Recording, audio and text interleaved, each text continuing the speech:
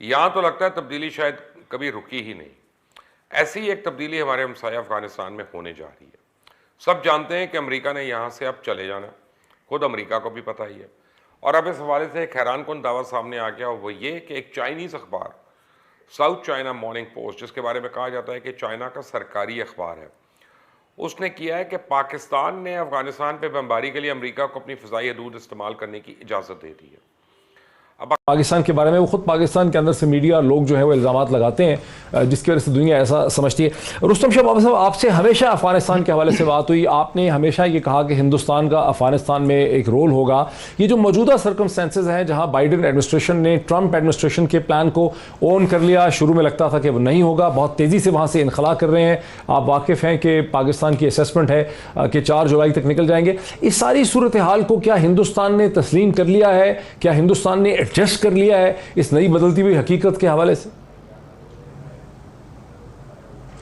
دیکھیے، ہندوستان میں سپریمیسی ہے انسٹیٹیوشنز کی، اداروں کی. آپ کشمیر کو چھوڑیں لیکن باقی ہندوستان میں سپریمیسی ضرور ہے. ہندوستان 5واں بگیسٹ ڈونر ہے افغانستان کی ریکنسٹرکشن میں. ہندوستان $3 بلین سے زیادہ پیسہ دے رہا ہے افغانستان کو مختلف پروجیکٹس میں.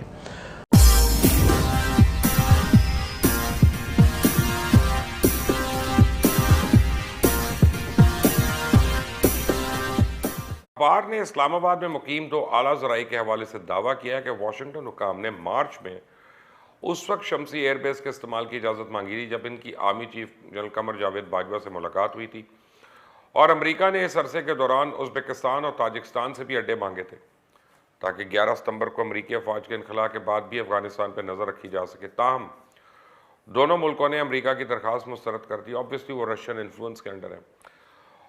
اور اسی اخبار کے مطابق 20 سال پرانے معاہدے کی تجدید نو کے بعد دیکھا گیا کہ امریکہ کے جنگی طیاروں نے مئی کے پہلے ہفتے میں کم از کم ایک بار افغان صوبہ ہلمند میں طالبان پہ بمباری کی ہے.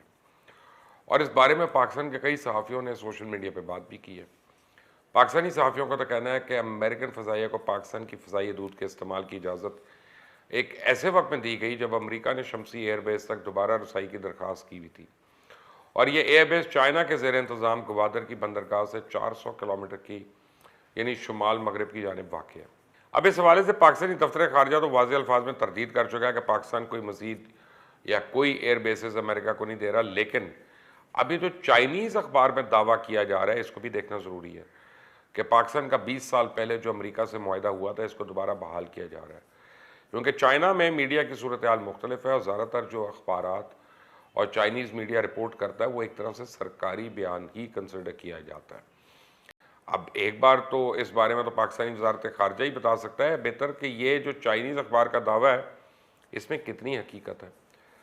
اور اب محمود قصوری صاحب، اگر میں آپ سے بات کا آغاز کر دوں، آپ پاکستان کے فورن منسٹر رہ چکے ہیں، کچھ آپ ہمیں ہمارے ویورز کو بتا سکیں گے کہ باوجود اس کے کہ پاکستان کی حکومت اور فورن آفس مسلسل یہ کہہ رہے ہیں کہ ہم بیسز امریکہ کو نہیں دے رہے، اس کے باوجود سیاسی حلقوں میں یہ چہمگوئیاں مسلسل ہو رہی ہیں سوشل میڈیا میں کہ پاکستان امریکہ کو بیسز دے رہا ہے، اس کی کیا وجہ ہے؟ اس کی وجہ شاید یہ ہے کہ ماضی میں ایسا ہوتا رہا ہے اور لوگوں کا یہ خیال تھا کہ شاید اب کے دوبارہ ہو. لیکن میری ذاتی رائے یہ ہے کہ بیسز جو دینا ہے وہ پروبیبلی پاکستان کے عوام جو ہیں ان کے لیے یہ بہت ایک منفی قدم ہوگا. اس لیے میرا خیال ہے کہ گورنمنٹ آف پاکستان بہت سوچے گی، اور پرائم منسٹر عمران خان ماضی میں اس سلسلے میں بہت تنقید کر چکے ہیں. تو یہ تو پاسبلٹی ہے، میرا اندازہ ہے کہ شاید ان کو راستہ یعنی بائی ایئر جانے کا کوئی اس میں بھی حائل ہو سکتی ہیں. اس میں کہا ہے کہ ویپنز یا اس قسم کی چیزیں نہیں لے جائیں گی. اب ہیومینیٹیرین اگر کوئی وہ ان کا ایکشن ہو جس میں وہ کھانے پینے کی ادویات ہیں یہ I don't know, government of Pakistan deny کر رہی ہے. اب میں تو نہیں، آئی ہیو نو انفارمیشن جس پہ میں آپ کو یہ کہہ سکوں. میں تو یہی کہوں گا اگر گورنمنٹ کری ٹھیک کری، لیکن آپ نے مجھ سے پوچھا لوگ کیوں مشرف کر رہے ہیں؟ لوگ اس لیے کہہ رہے ہیں جی لوگوں کو شک ہے. ہیلو، دیکھیں قصوری صاحب، اس کی وجہ ایک یہ بھی ہے کہ آپ پاکستان کے جی قصوری صاحب، مجھے آپ کی آواز آ رہی ہے. آپ پاکستان کے فورن منسٹر رہے جنرل مشرف کی حکومت میں، پریزیڈنٹ مشرف کے ساتھ. اب ایک میں نے تنقید دیکھی ایک کلوز ڈسکشن میٹنگ میں کہ شمسی بیس جب دیا گیا اس کا کوئی ریٹرن ایگریمنٹ ہی نہیں تھا اس زمانے میں، اور بعد میں فوج نے، ایئر فورس نے، انٹیلیجنس نے، فورن آفس نے، حکومت نے، سب نے کہا کہ کسی کے پاس کوئی ریٹرن ڈاکومنٹ ہی نہیں ہے. تو تنقید یہ ہے کہ پاکستان میں بہت سی چیزیں کر لی جاتی ہیں اور وہ کسی فارمل طریقے سے نہیں ہوئی ہوتی. شاید یہی وجہ ہے کہ لوگوں کے ذہن میں یہ شک ہے کہ ایک بار پھر بیسز دے بھی دیے جائیں گے اور مانا نہیں جائے گا. ہو سکتا ہے ان کے دماغ میں ہو، کیونکہ اس کی جو پوری انفارمیشن ہے وہ تو میرے دور میں نہیں، وہ تو مجھ سے پہلے عبدالستار صاحب تھے فورن منسٹر جب یہ ہوا تھا. لیکن میں آپ سے اگری کرتا ہوں کہ ممالک میں ایسی چیزیں ہو جاتی ہیں جس کا کو 25-30 سال کے بعد پتہ چلتا ہے، وہ امریکہ ہو یا برطانیہ ہو.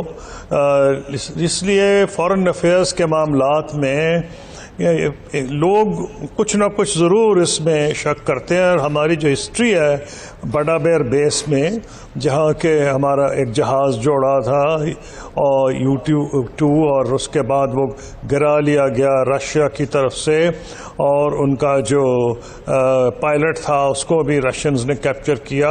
اور اس وقت کے جو سیکرٹری جنرل تھے گورباچیو، انہوں نے بہت سخت تنقید کی اور پشاور کے اوپر ریڈ سرکل لگا دیا. تو یہ ساری چیزیں ایک میموری بینک میں تو ہیں نا. پھر ہم سینٹو سیاٹو کے ممبرز میں بھی رہے ہیں، تو اگر لوگوں کو شک ہے تو وہ میں وجہ تو سمجھ سکتا ہوں. لیکن گورنمنٹ آف پاکستان اگر اوپنلی ڈینائی کرے، اور پرائم منسٹر عمران خان کا ایک ٹریک ریکارڈ ہے بیسز کے معاملے میں، تو پھر میرا خیال ہے ماننا پڑے گا کہ شاید انہوں نے بیسز نہیں دیے. جہاں تک جہاں تک ایئر لائنز آف کمیونیکیشن کا ہے، وہ ہو سکتا ہے کچھ ہو جائے ایٹ سم سٹیج، کیونکہ انٹرنیشنل ریلیشنز میں کچھ نہ کچھ دیر از نو فری لنچ ایز دے سے، تو وہ پاسبلٹی ہے. لیکن میں تو آپ کی طرح قیاس آرائی کر رہا ہوں. امریکی اور نیٹو افواج کا مکمل انخلا جو ہے ہونے کو ہے. اب یہ ایک بار پھر شدید عدم توازن کی زد میں ہے. کوئی مانے یا نہ مانے، حقیقت یہ افغانستان ایک بار پھر اسی مقام پہ آ گیا جہاں سوویت یونین کی شکست کے وقت تھا، اور جب طالبان تیزی سے ابھر کر اقتدار پہ قابض ہوئے تھے.